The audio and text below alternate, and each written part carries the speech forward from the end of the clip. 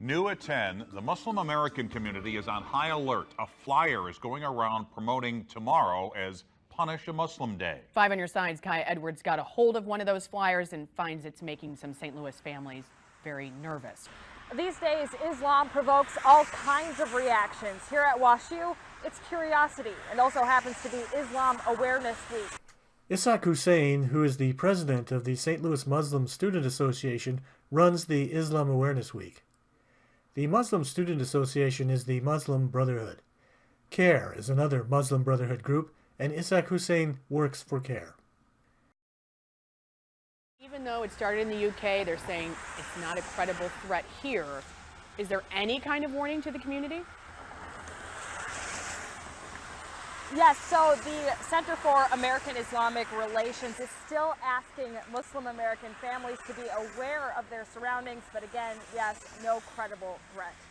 There's no threat in St. Louis, and they have their eyes open and ears open. Our office, along many of the offices, have been contacting local law enforcement and the FBI all across the country, and there are no credible threats against the American Muslim community. Members of Chicago's Muslim community are urging caution, but not fear, over hateful messages spread on social media. Some anonymous flyers warn tomorrow will be Punish a Muslim Day.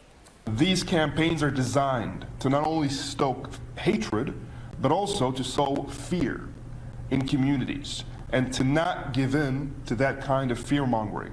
Chicago's chapter of the Council on American Islamic Relations also alerted the FBI. Chicago police say they have not received any information about threats in our area.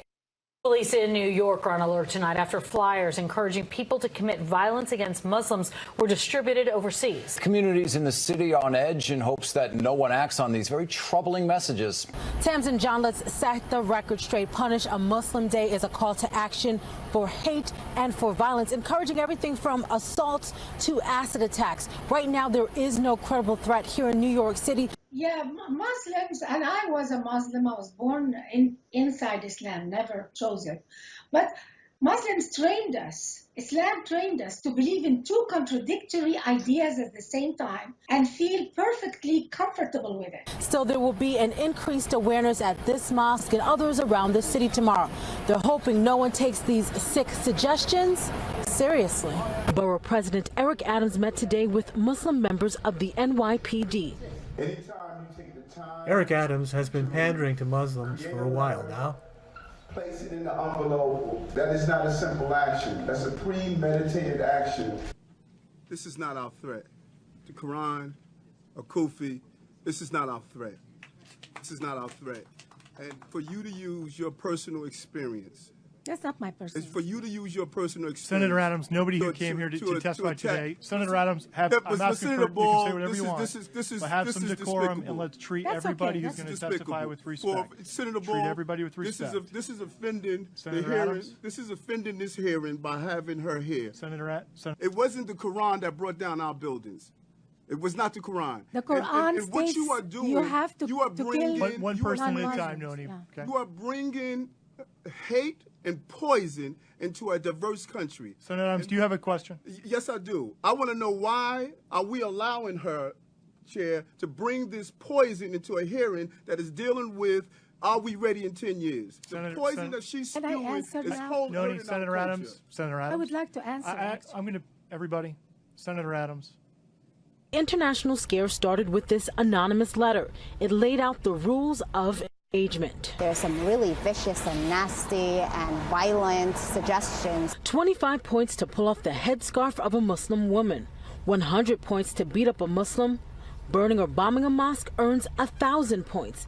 Okay, that is disgusting. How is nuking Mecca only 2,500 points? Afaf Nasher runs the New York chapter of the Council for American Islamic Relations. They have no indication of any credible threats for tomorrow here in New York. We want to repeat over and over again, there is no credible threat here in New York City, but they are putting the message out there just out of an abundance of caution. Let's keep calm. Let's be cautious. Cautious after hate crimes against Muslims in New York have been on the rise now for 2 years. Fear in communities and to not give in to that kind of fear-mongering. The Chicago chapter of the Council on American Islamic Relations is calling today Love a Muslim Day. The campaign is an effort to push back against a hate flyer circulating right now on social media. There is a warning for Muslims here in the Bay Area to be vigilant after some threats against Muslims in Great Britain. Wanted to warn students about this. They did, yeah, just to be on the safe side, and the district will notice an increased police presence. Very disturbing threat, violence and harassment directed toward the Muslim community, and there's even a troubling point system involved with all of this. While we don't have any of these letters delivered domestically, I think that we're just wanting to have communities and mosques to be on alert in case there are any copycat attacks. Well, flyers are going viral on social media claiming today is Punish a Muslim Day. Now the San Diego office on the Council of American Islamic Relations is responding. The flyers have made their way onto Facebook and Twitter, and it's a serious concern for the American Muslim communities. We have released a advisory to the community to make sure that they take extra precautions, make sure that they look at their safety and security guides. The Council on American Islamic Relations, or CARE, of San Diego held a news conference Tuesday in response of the hateful message. A closer look at the flyer declares April 3rd, Punish a Muslim Day. It's not known who started it. This is a tactic to intimidate people, and I want to make sure that people know that the Muslim American community will not be intimidated by such cowardly acts. That's right.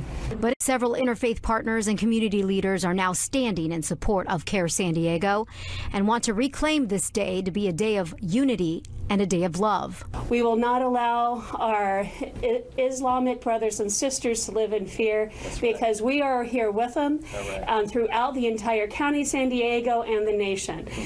Bay Area mosques are stepping up security amid a threat of violence against Muslims in England. My children's school, they decided to cancel their field trip just to make sure that the students were safe. The Council on Islamic American Relations, Samina Usman, is talking about this, about hate-filled letters sent last month to homes and businesses across Britain threatening violence against Muslims on April 3rd. There was no mention of the United States. However, we have had several mosques being burnt to the ground in this country in this past year and the year before. We've seen an unprecedented number of Muslims being attacked and mosques being vandalized. So, you know, this is a real fear. The letters referenced a point-based system that would award attackers for acts of hate and violence 10 points for verbally abusing a Muslim, or 50 points for throwing acid. A pair of security guards kept close watch as people attended afternoon prayers here in Santa Clara. Off camera, one man said he is concerned but would not be intimidated. You know, while we encourage people to be vigilant, we also don't want people to be, you know, living in fear and not wanting to leave their houses as well. At the same time, a countermeasure is also trending on Twitter and other social media. It's been promoting April 3rd as Love a Muslim Day. And instead of inflicting horrific things against the Muslim community, instead it's actually encouraging people to show acts of love, whether it be to buy a coffee. Instead of throwing acid, you throw flowers, you know, at a Muslim. And so it's just a really clever way in order to counter this hateful message. About 2 months later, David Parham was arrested and charged with solicitation of murder. It must be said that although Parham had been at this for 2 years, it never caught on. Unfortunately, Punish a Non-Muslim Day is trending. The list of Islamist terror attacks is long and growing longer.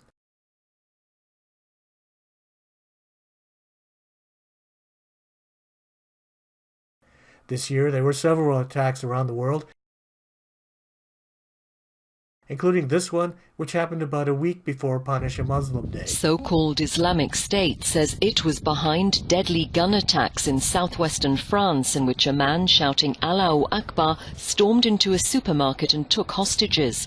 The lone gunman was shot dead when security forces raided the store in the small town of Treb after a siege. By that time, though, he'd killed a total of 3 people and injured others, including a gendarme, hailed for his heroism, who's in a serious condition. He's said to have demanded the release of Saleh Abdeslam, the prime surviving suspect in the ISIL attacks that killed 130 people in Paris in 2015. Let's take a look at another one. This one is from April 1st. An Al-Shabaab attack that resulted in nearly 90 people killed. This isn't social media. A Muslim asked this man if he was Jewish before punching and kicking him. Are there non-Muslim rape gangs preying on Muslim children, or is that just a Muslim thing? A Christian family in Pakistan killed by Muslims. That happened on Punish a Muslim Day, when Plano City Councilman Tom Harrison put something on his Facebook wall that Muslims didn't like. They tried to force a recall election.